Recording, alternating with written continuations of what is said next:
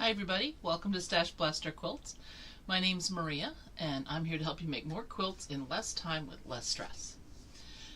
So, my lights, you can tell it's been a bit. I'm going to go ahead and pop these on. I completely forgot about them while I was setting up.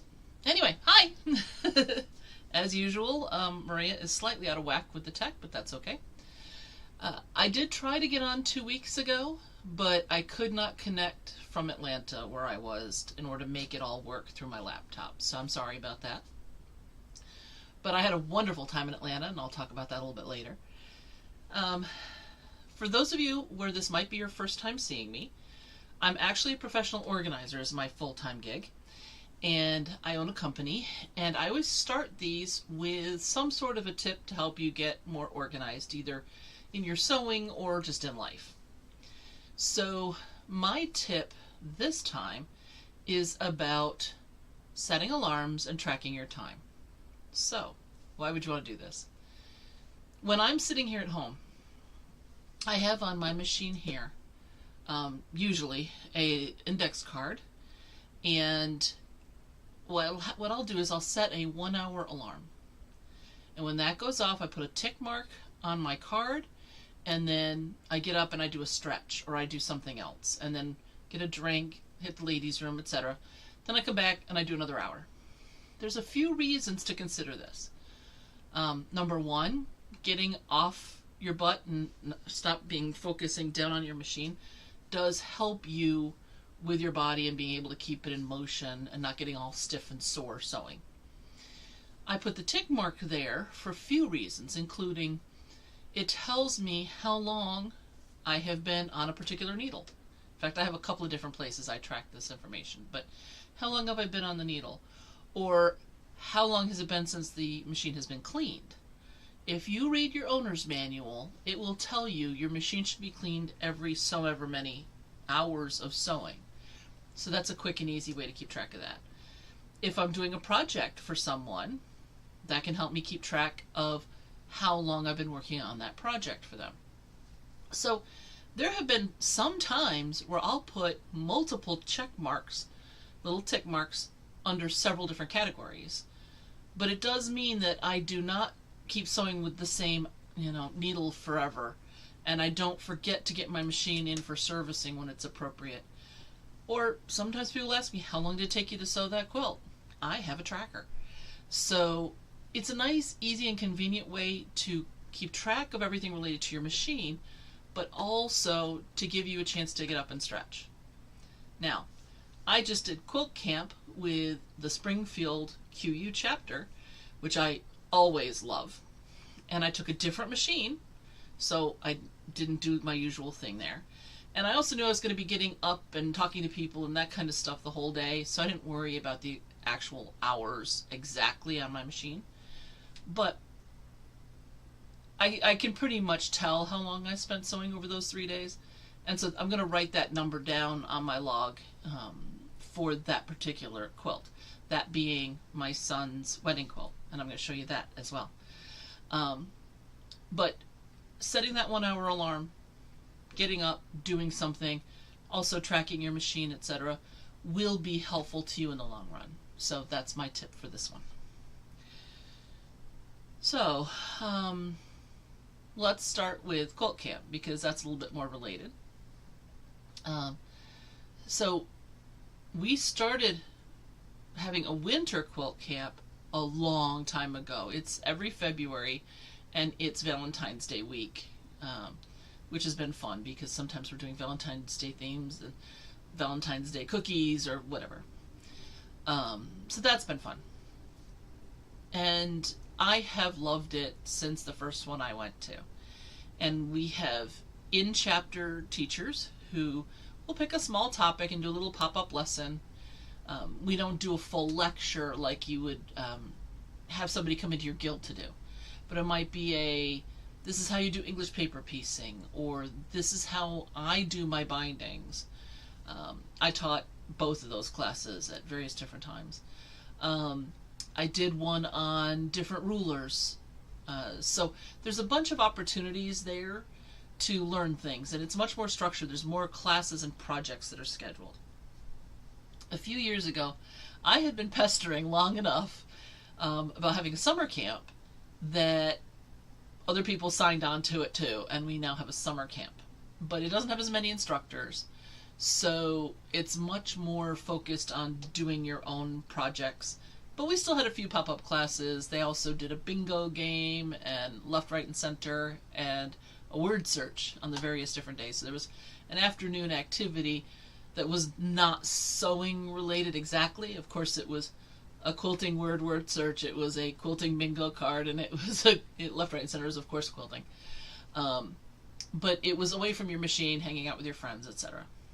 I was so laser focused on these, I actually didn't do any of those. But it was nice to know I could have. And food was brought in and everything. And it's a wonderful 3 days.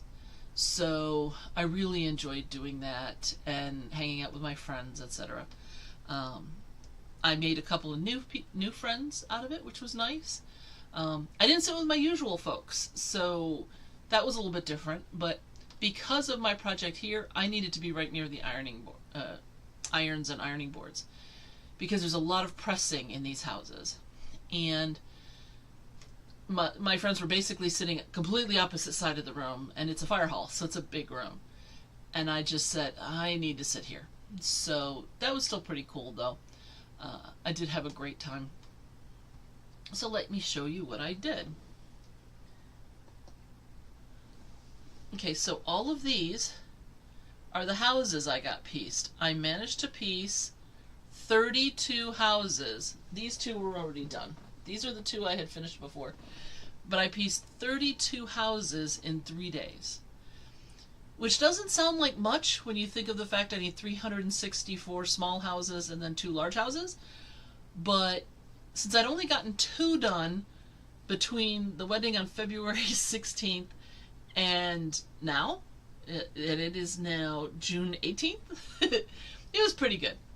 Now the nice thing about this whole project is I've told the kids I can't even finish collecting the data until a year after their wedding date, because if this is a temperature quilt, I have to collect all the highs and all the lows between now and then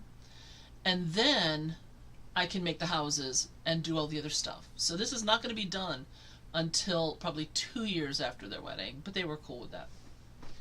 So these are not in temperature order, but I did get a whole bunch of orange ones done. Those are highs that are in the 80s, and I did hold on, let me see here.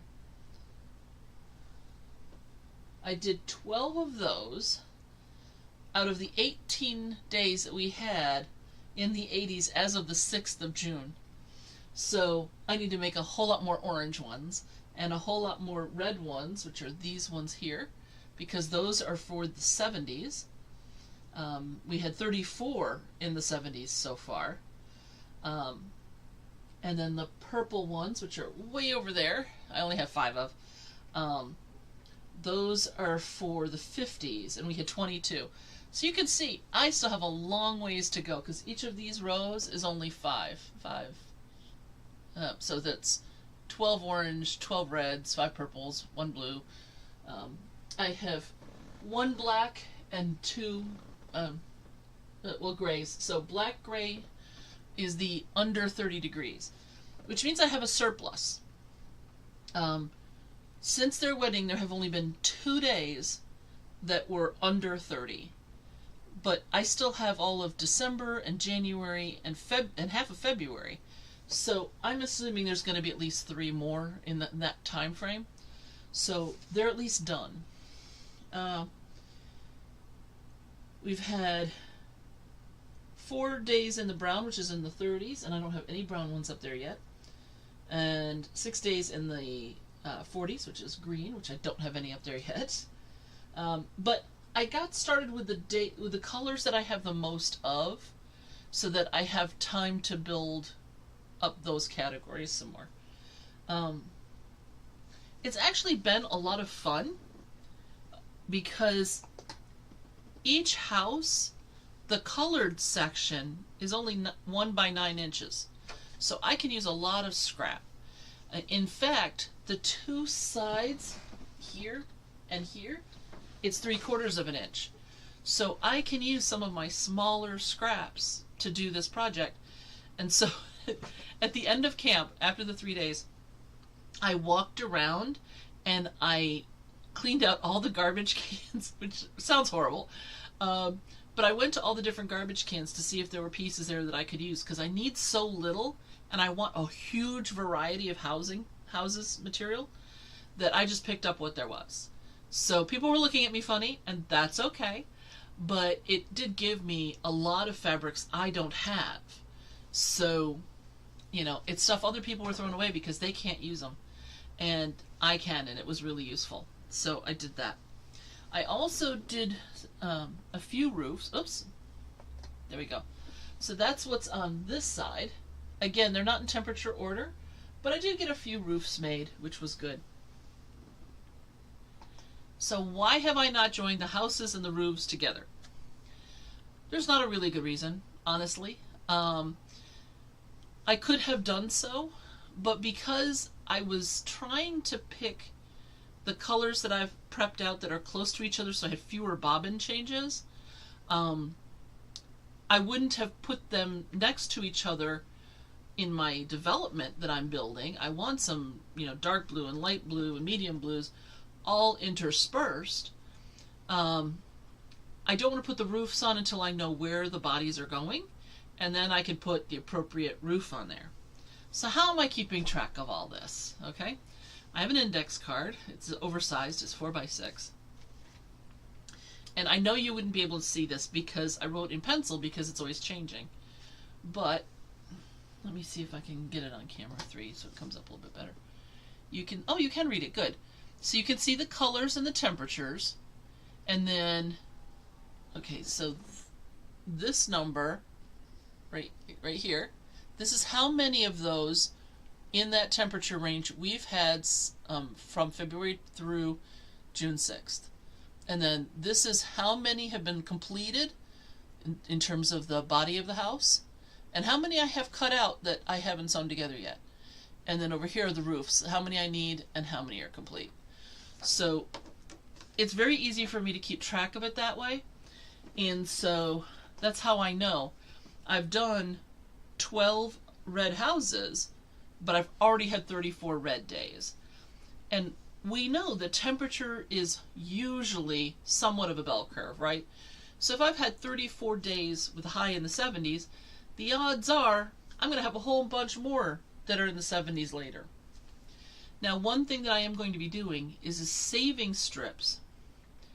Once I've reached whatever the numbers are at some point, Um, I'm going to then maybe save some additional strips that I don't cut down that are at least 12 and a half that would go in my drawer. I'll hang on to those and wait and see. So at the end, I'm going to be doing a lot of piecing in that, oh, I need a 70-degree house, or I need an 80 degrees house. So it'll be a little bit more picayune at that point, but I'll already have 1 by 12 and a half or longer strips, so I'll be able to use those.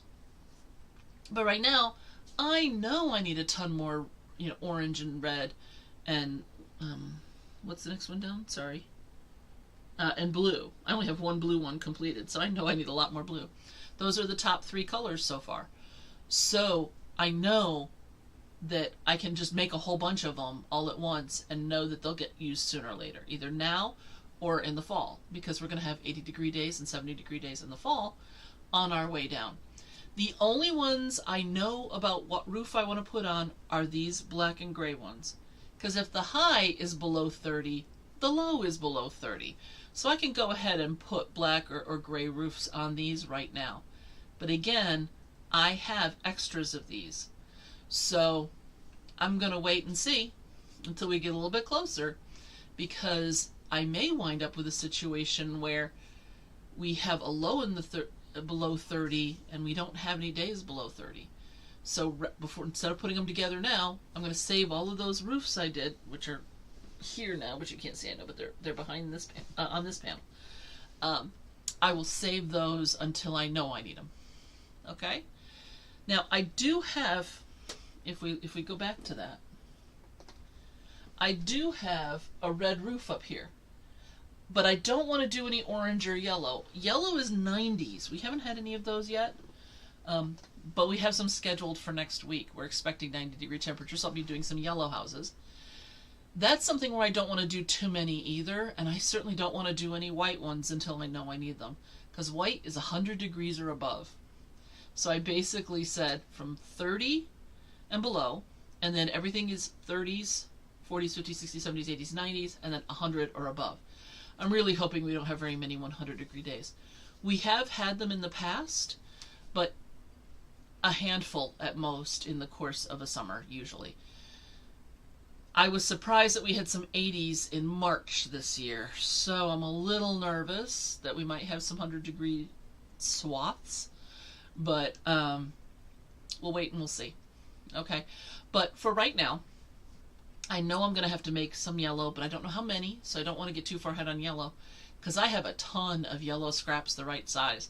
I could probably make 50 because of a different project I did. I wound up with a ton of yellow scraps.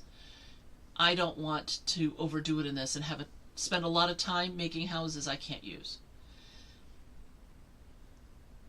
Could I do other projects with these houses? Of course I could.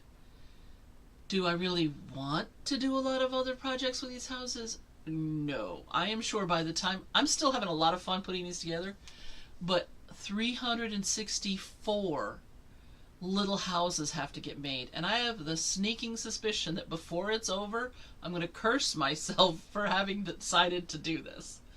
So I want to make sure that this gets done without having a whole lot of extras. Any extras I do have, like if I don't have any days below 30 in the second half of the year, all the way till end of February, can I pop wild colored roofs on them and stick them on the back? Sure.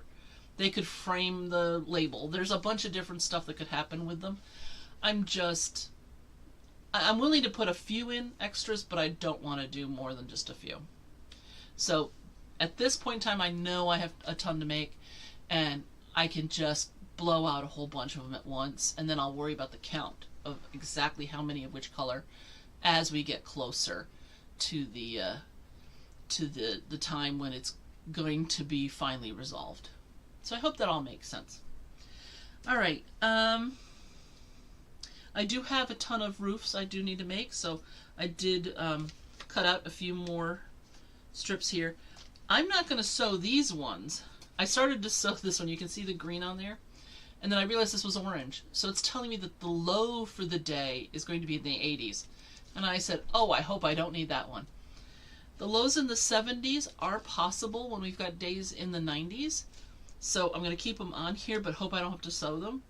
And if the if the low is in 90s, we're going to be miserable here. So I'm also hoping to not use these. But these are 1 by 2.5.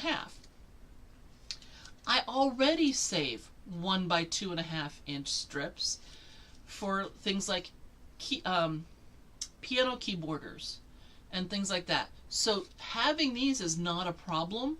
They will get used. Even if they're not used on these houses, but I don't want to make these up until I know I need them as roofs. Brown, black, I know I'm going to need these for these roofs, so I could go ahead and do this. But that's kind of the status on this project. I had something happen here. One of our clients had to move from her current house to an assisted living, and she's a quilter. She's still alive. She has moved. And all of her fabric and all of her notions came to my house. There's a couple of reasons for that. Number one, she wants the stuff to go to charity, so it's going to. But what I don't want to do is dump a ton of any one category all at once on the free table. Because if you think about it, if I have a 10-gallon bag of binder clips, right? That's more than any one person will want, but people don't like breaking things up. Whereas if I took the 10-pound bag and put them in half-pound baggies, a lot of different people would take it and they would get used and removed from the free table. So I sorted everything out. I re-injured my thumb doing it, so I'm not very happy about that, because it was finally getting to the point where I was almost ready to say, yes, it's done. But not anymore. So I sorted everything out, and I'll be able to strategically put things on the table. But both of my guilds don't meet over the summer in large numbers with a free table. So I'm going to need to wait till we're all back in session, but I'm going to miss the first few because I'm going to be doing a multi-state set of speeches. So it's pretty much going to wait until October. But starting in October, I will be able to start putting some things onto the free table, and that will be good. I'm hoping to also get a lot of the fabric and a lot of the other things set up for the quilts that I make for charity, because hurricane season has started, and I am behind on where I usually sit at this time of year for hurricane relief quilts. So I'm hoping to crank out a whole bunch of those as well. And so I will be, I have an Acu cutter, and I am going to be cranking out a whole lot of stuff through that. I didn't used to do that because it is a waste of fabric, but the speed difference is huge. And since I use tiny scraps, I don't waste as much as the average person does. So I can take those and repurpose them. So that's what I'm going to be doing with that. So I'm not exactly sure what's going to be going where and to which chapter and all of that. So I've got all that to figure out. But I did get through all of the notions, and I did get everything sorted out. And so that's a fine thing. So that's something I've spent some time the last 2 weeks doing as well, which also cuts down on my sewing time and everything else, but that's okay.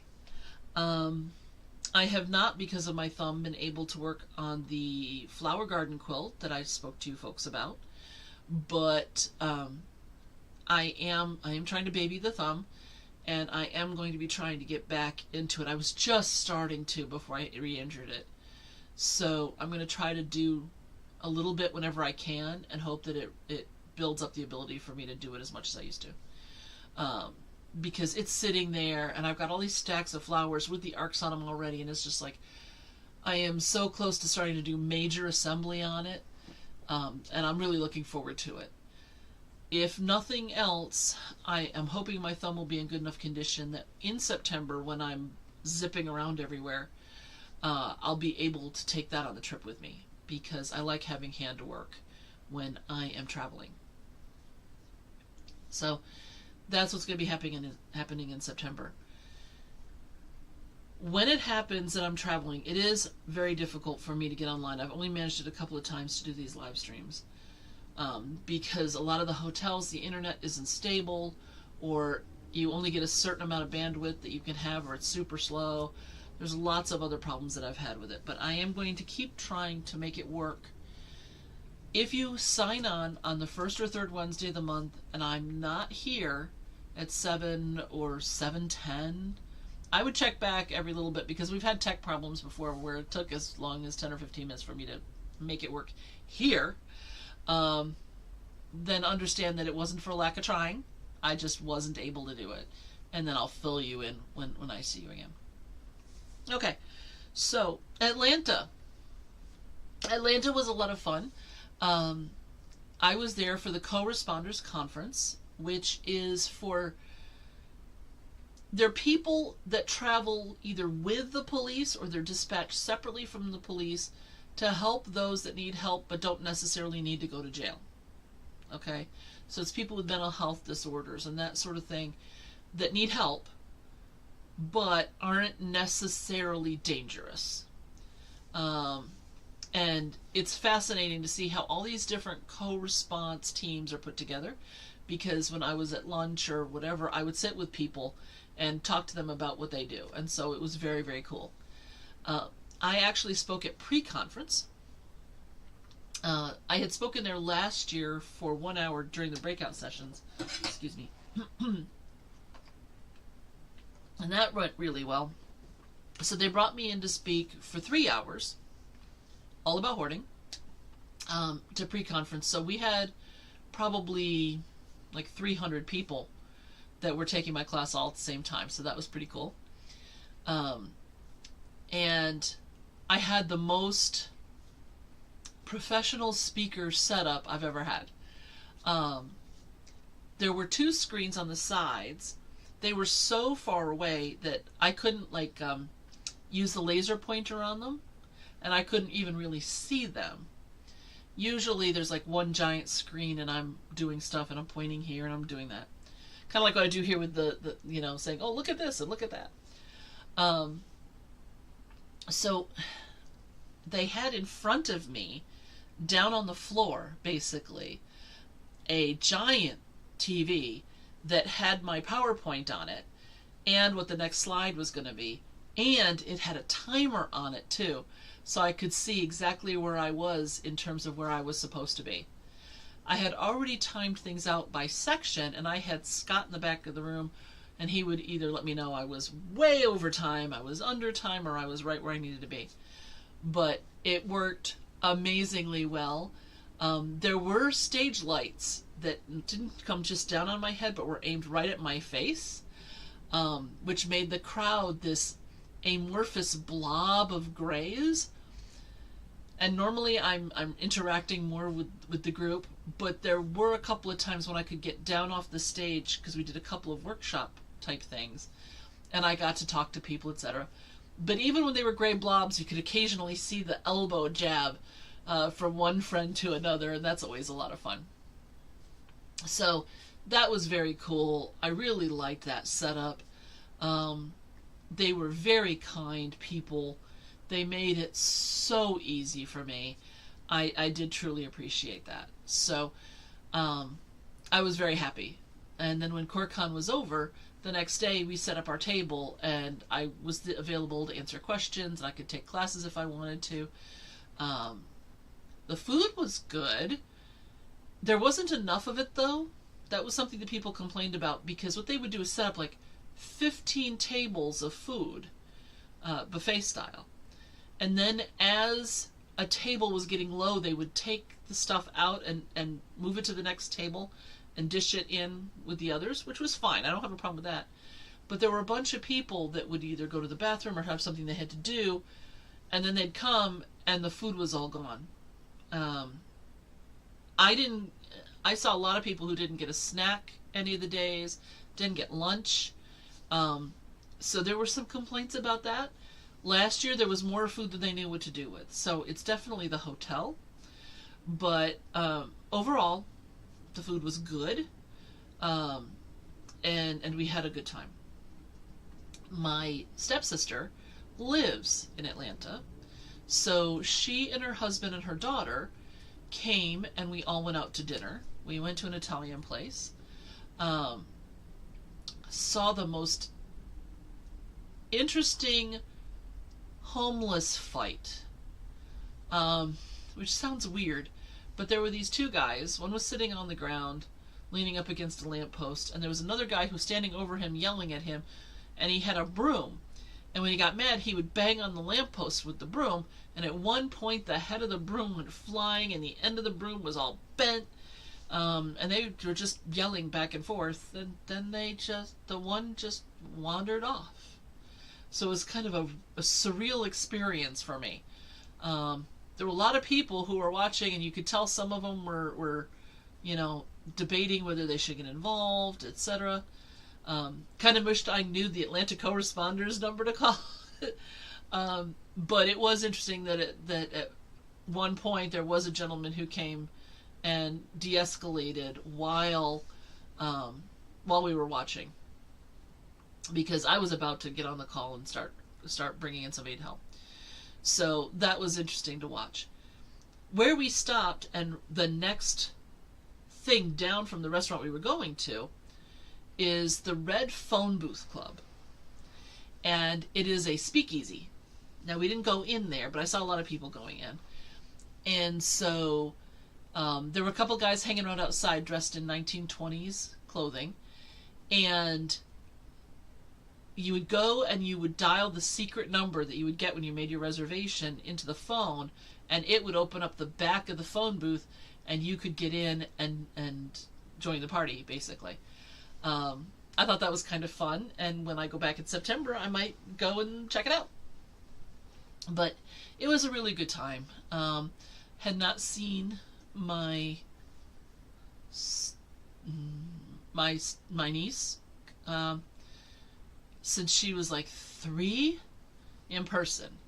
I remember we got her these little princess shoes with these little kitten heels on them, and Robin, my stepsister, called me, and she was just like, I can't get these shoes off this girl's feet. The only way she'll take them off is if she puts on a different color of them, because there was, I think, either 6 or 8 different colors in this box from the various Disney princesses, and the princess's face was on the bow. And she said she can run in those things, so it was kind of fun. She's now above drinking age, so seeing this little girl all grown up and now alcohol is fine felt a little weird. Robin was 16 when I married Scott, so she's significantly younger than I am, so it's still kind of weird to watch as her daughter gets older, because my son getting older I see all the time, so it's not a surprise. But watching Kylie is just kind of like, wow. But Robin's husband is dealing with cancer now. Scott did last year. This is a different form, so it was great that we all got together, because he is going to be on his stem cell treatment recovery when I go back in September. So the odds are very good I'm not going to get to meet with either him or Kylie. It'll just be Robin, if even Robin. So I was so glad that we were at a good point where he could come out with us and we got to see everybody. So all in all, it was a wonderful trip. It was a drive.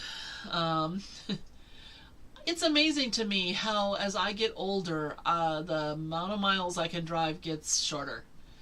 When I'm driving by myself, I can do 300 to 350 miles before I'm just too tired and I have to find a place to stop. I've been known to drive with Scott not that many years ago to Denver in 2.5 days, drive for like 14 hours. Yeah, I'm tired at the end, but I made it to Denver.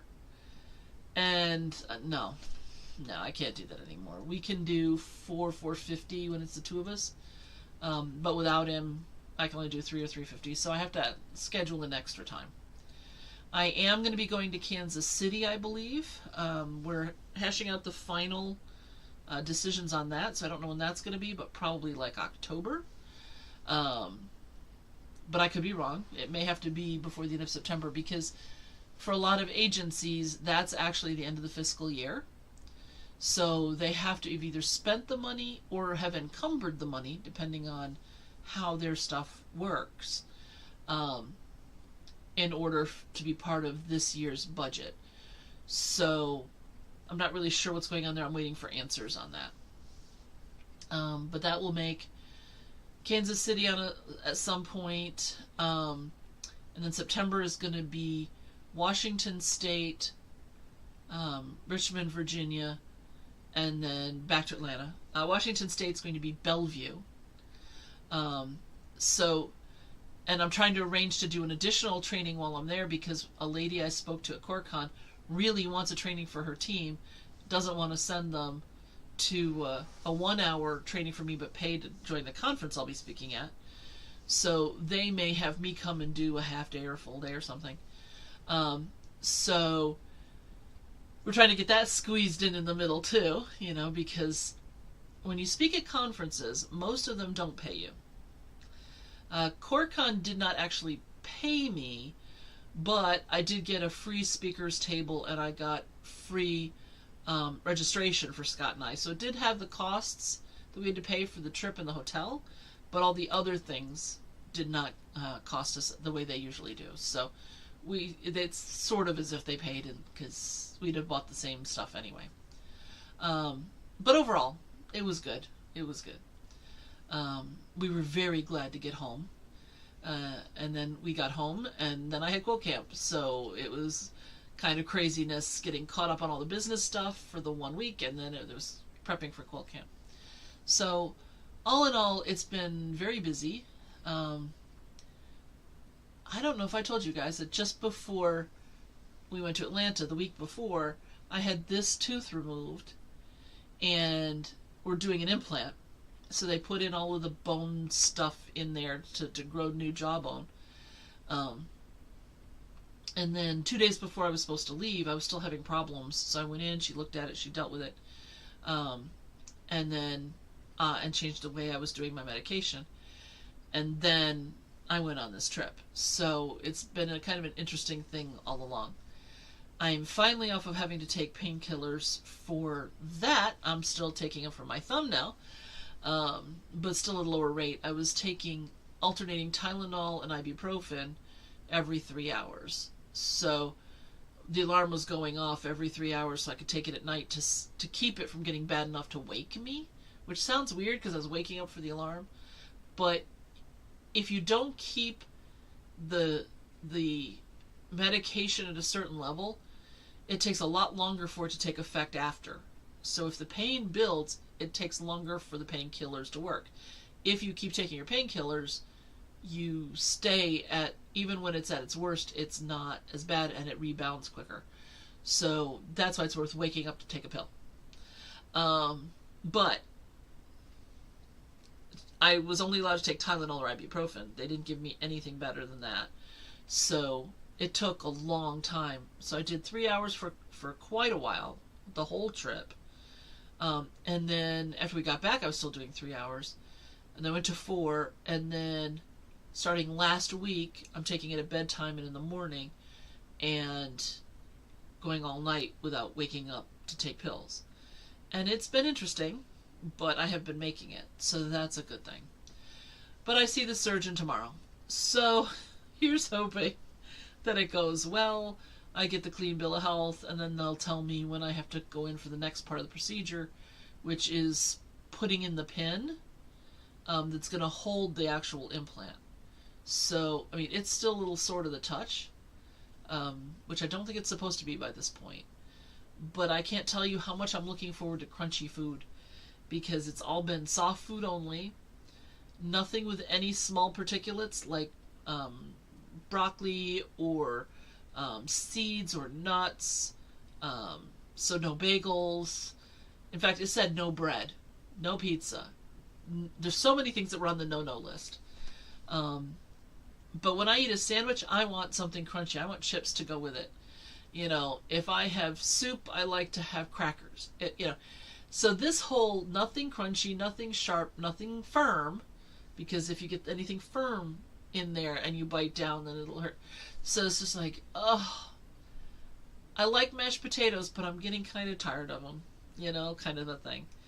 But overall, it's all getting better. So hopefully things will go well at this next appointment. She'll be happy with it. And then I'll find out when we're going to do the next piece. I assume, since it's still uncomfortable, that, and it still seems a little tender from the top as well, that we're not going to do it on Thursday. That it's going to take a little bit more time, but that's okay. So that's what's going on with that. I think that's it. So if you want to stick around, I'm about to start loading my machine, and I'll do some more sewing on these houses. But that's pretty much the meat of this. If this is your first time here, I cut you up on everything, and then I do some either more yammering, depending on what it is I want to yammer about, or I do some sewing. So I think today's going to be some sewing. Not a whole lot, and I will move the camera so you can watch it happen. In fact, I'm doing this right now. I have a separate camera, the one that showed you the bigger view of the wall, but also, let me see if I can do this. Studio mode, there we go. Oh, no. What's going on? Alright, something is happening and my computer is doing something. There we go, okay.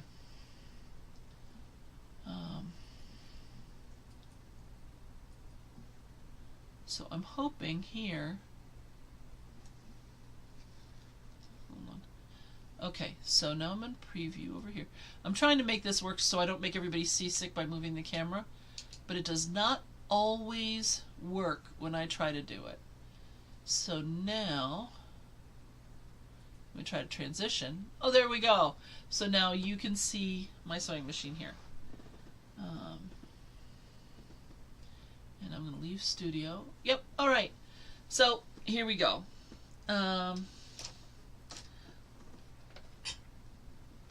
So, I took my little Janome gem. Oh, by the way, hold on, let me go back.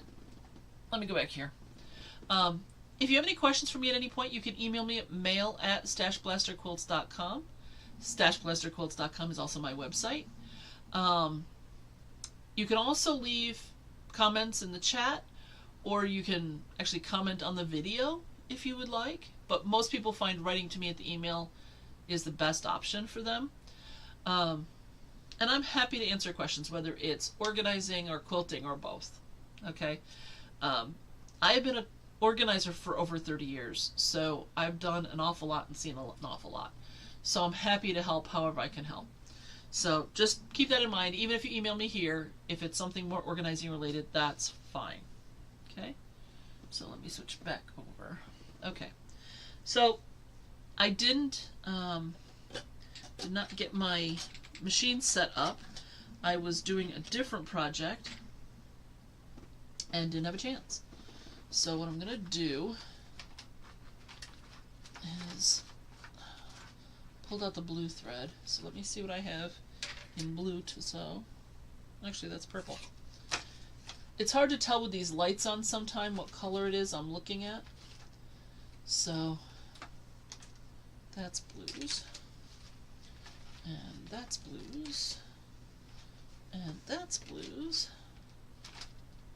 Oh, and some yellows. I had some cut out ready for those 90-degree days coming. They're saying that this coming week there's going to be a bunch of 90s. Oh, another thing I didn't say that I should have is, if you like what I'm doing here, please do all the usual like, subscribe, etc. There are 60 of you now, which I know is not a big number for YouTube, but it's a high watermark for me, so I'm very happy about that. So please go ahead and join us for this. It is a little bit of craziness, but what's life without a little bit of craziness? Alright, so what I'm doing now is I'm just trying to find a color that I like in my bobbin cases for my top and bottom threads. Alright, so this is my bobbin case. I have 2 of these just for blue. When I'm going through thread, I never got the second color out. What I like to do is when the bobbin starts to get low, such that I don't know how much there is, I like to, hold on a second. I like to spin everything, yeah, that's good for that. Do I have another of those? Onto bobbins instead. There we go. What was that? No, it's too late. Rather than having a big spool with very little thread. Now when my bobbins get super low, then I will take and put those onto cards that I have, and then I use those cards for my hand sewing. So it works out as a really easy way to manage the thread, and I never wind up with so little that I can't do the project, which helps a lot. Alright, that's not exactly what I want, but it doesn't have to be perfect. It can just be close enough. Now, what do I mean by too little? This is a bobbin I was using at camp, and you can see here that it's not focusing very well. Hold on. Sometimes if you move around it shows it better. Let's see. There we go. You can tell that there's not a whole lot on there. Is there enough to make a couple of houses of my houses? Yeah, there is, and I'm going to use up a bunch of this. But generally, I would not have it like that for sewing. Because I am a production quilter when I sew, I'm going to be sewing a bunch at the same time. So what I do is I put, as a general rule, a bobbin in the top of my machine and a bobbin in the bottom that are approximately the same amount full, with the one that has less on the top. And the reason for that is I can't really see my bobbin on my machine. Hold on, let me switch this camera. Hold on, let me do this here.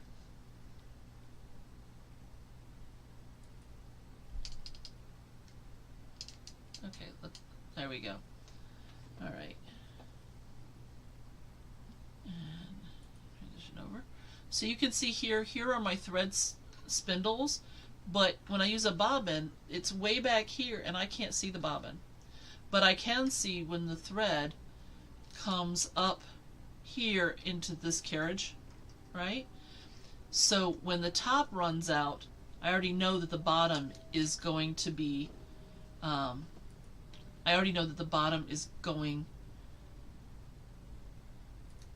to be running out shortly thereafter, okay? And so that's how I can keep track of that, because I will often sew 15-yard strips at a time. The first time I did that and I only had 6 inches sewn, I was like, there's got to be a better way, because I started off by swearing and turning the air blue around me. Luckily I was at home and in private, but you've got to make sure that that doesn't happen to you, right? And so that's one way to do it when you're doing a lot of quilting and or sewing, piecing, that kind of stuff at a time, because it'll save your brain. And then when you get down to little bits like this, like I said, normally I would spin this onto a card, but it only takes, hold on, let me see here. 1, 2, 3, 4, 6, 8. It takes 8 inches of thread to make a house. That's it. Okay?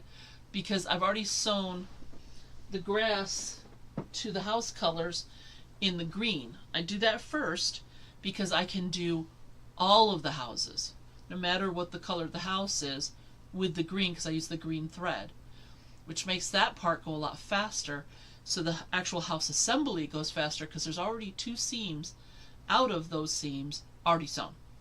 Okay, so in this particular case, I can put this bobbin with very little thread into my machine, and I probably still won't completely use it up before I run out of houses to make. But I will see it when it comes off the this thread loop thing, or uptake. I don't remember what it's called, an uptake or something. So I don't have to worry about it. Okay. So I'm just going to go ahead and thread my machine, and then I'll switch back to the other view.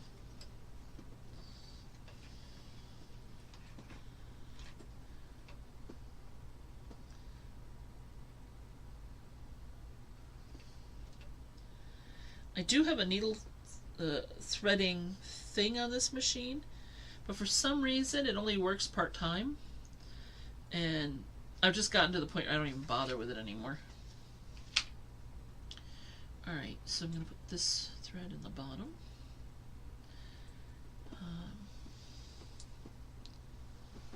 I need to trim off.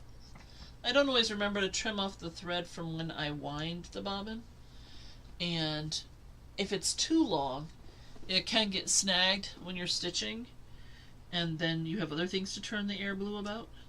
That happened to me a couple of times with the gem that I took to camp, because I hadn't been paying attention to that. It's less important on this sewing machine, but on the gem it makes a huge difference. So I relearned that lesson. I am not adverse to learning, but I prefer to only have to learn the well, that was dumb type lessons every, once, just to do it once and then be done with it. Doesn't always work that way though. Have you noticed? Okay, so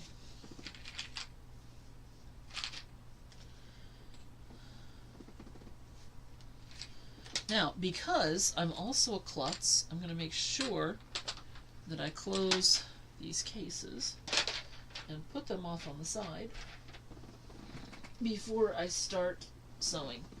Now, I'm not going to worry about doing the pressing here with you right now, because you don't need that, and we only have the 10 minutes left. So I'm going to start doing some of the base sewing, and then at a later time I'll cut everything apart, I'll press it, then I'll do the last assembly and be ready to go at that point. Okay? So let me switch back to the other camera. There we go. And I will zoom in even more. Hopefully nobody gets ill from this. My hand is going to be blocking a lot of the view, but unfortunately there's not a whole lot I can do about that. It is generally my preference to use leaders and enders. A lot of you have seen me talk about that, but because I have so many different colors here, and I tend to use white or black for my leaders and enders, because those are going to be other quilts in the future, I don't really like messing too much with the color. So I'm just going to take a little scrap piece here and get started using that.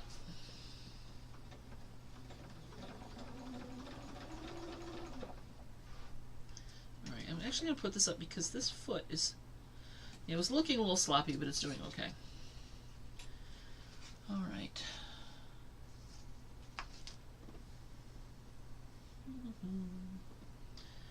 Alright, so for my house, I need a block over the lintel of the door. I need one underneath the number sign. Then I have these extras here. One of them is going to go on the back of the quilt, because there's going to be a temperature gauge back there of all the highs and lows. So this goes above the number. That's the door.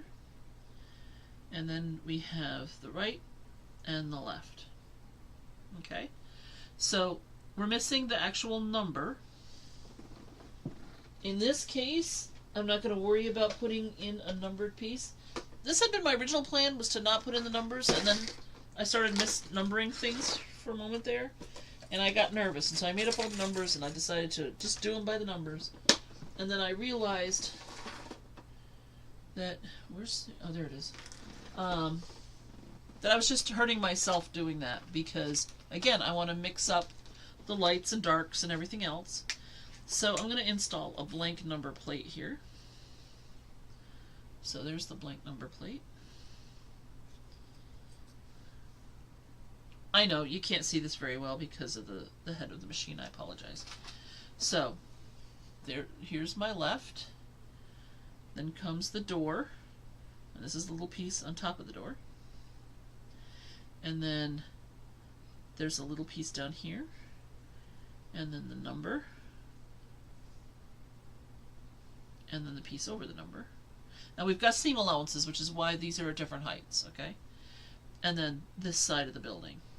And that will put our whole building together.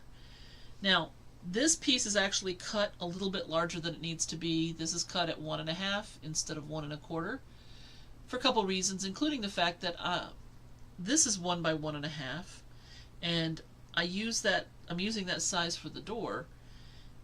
If I accidentally cut an extra one of these, it's a door size, which is nice. It also gives me a little bit more flexibility if my seam allowances are off. So there's a couple of reasons why I did it that are just mostly for me. I am not worrying about lining up all of these horizontal lines going across. I considered that when I was designing how much I wanted to put into that, but then I said to myself, houses aren't flat in the front. All of them. Some of them go in and out, and we're just going to assume it went in and out. That's why they don't line up. Obviously, if you were doing this quilt, you would do it however you wanted, and it would be perfectly fine. So, let me look here.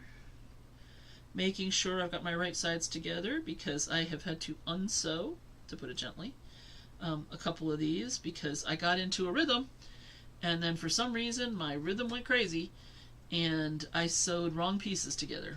So, don't want to do that.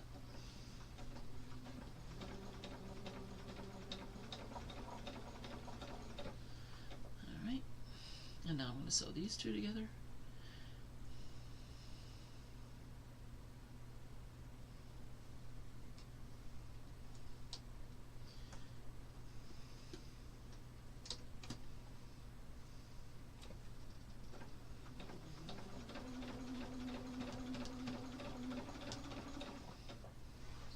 Now, at this point, I could take this out, put the leader back in, and then sew the other half of this, and then sew everything together.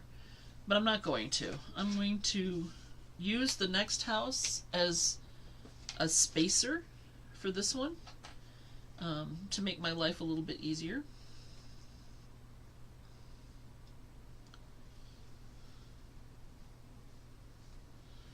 Hold on. So I'm going to do another door and lintel piece. I mean door and number piece. Blah, blah, blah, blah. Another number section. So these numbers, this white piece I'm putting in here. See, I have a card. What you're not seeing is I have a whole card of these. So I'm just taking one off of this and adding it to the house collection here. The house number is the date, because no number will be repeated, but it'll be kind of like when you go through any neighborhood and the houses are numbered in order, because it'll be February, 17, 18, 19, so it'll be 217, 218, 219, 220, and then it'll switch to 301, right, to 302, 303. So it'll be more like a regular street when it's done. And so I thought I had been so brilliant that I was going to, the reason these houses are as small as they are going to finish at 2 inches, is because for this queen size quilt, I want all of the houses on the top of the bed. I don't want them coming off over the edges. And I knew that that was going to be a problem. I also didn't want to have straight streets. I wanted to put in curved streets to give it a little bit more whimsy. And where my son grew up, in this house I'm in right now, it's all curved streets. You know, it's straight for a little bit, and then it makes a turn and goes somewhere else. So I wanted to have that for him.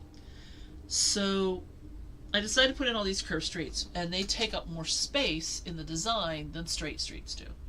So if you look, let me spin you around, so hold on to your tummies. First we're going to rotate and then go up. If you look at them where the way they are up here, right? Even if I put a little street there, they're all going to be blocked in together. But if these roads are curved, there's going to be more green space. And that's what I wanted. So I thought I was brilliant. I thought this was going to be the best thing since sliced bread. And then Judy, who many of you have seen here on the chats, and she doesn't appear to be on tonight, but she's usually chatting with us, told me that she's been seeing all of these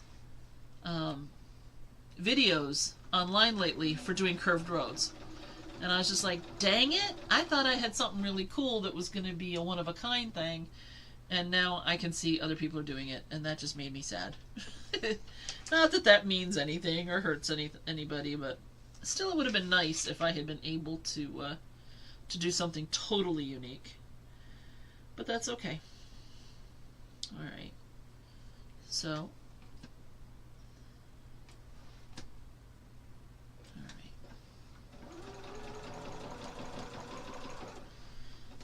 let me clip this, and then we'll look at the pieces of the first house. And because we only have a minute left, I do try to start and end on time. So this way you'll get to see the blue house. So here's the middle. Now these I'm going to press out so that it doesn't show through the white. And we may go a minute over, I apologize, but I think we will. And then this will go here. And this will go there. So I can't get any closer. But you can basically see here that this is what the house is going to look like. Again, we have seam allowances in play. But now all I have to do is sew these two together and these two together, right?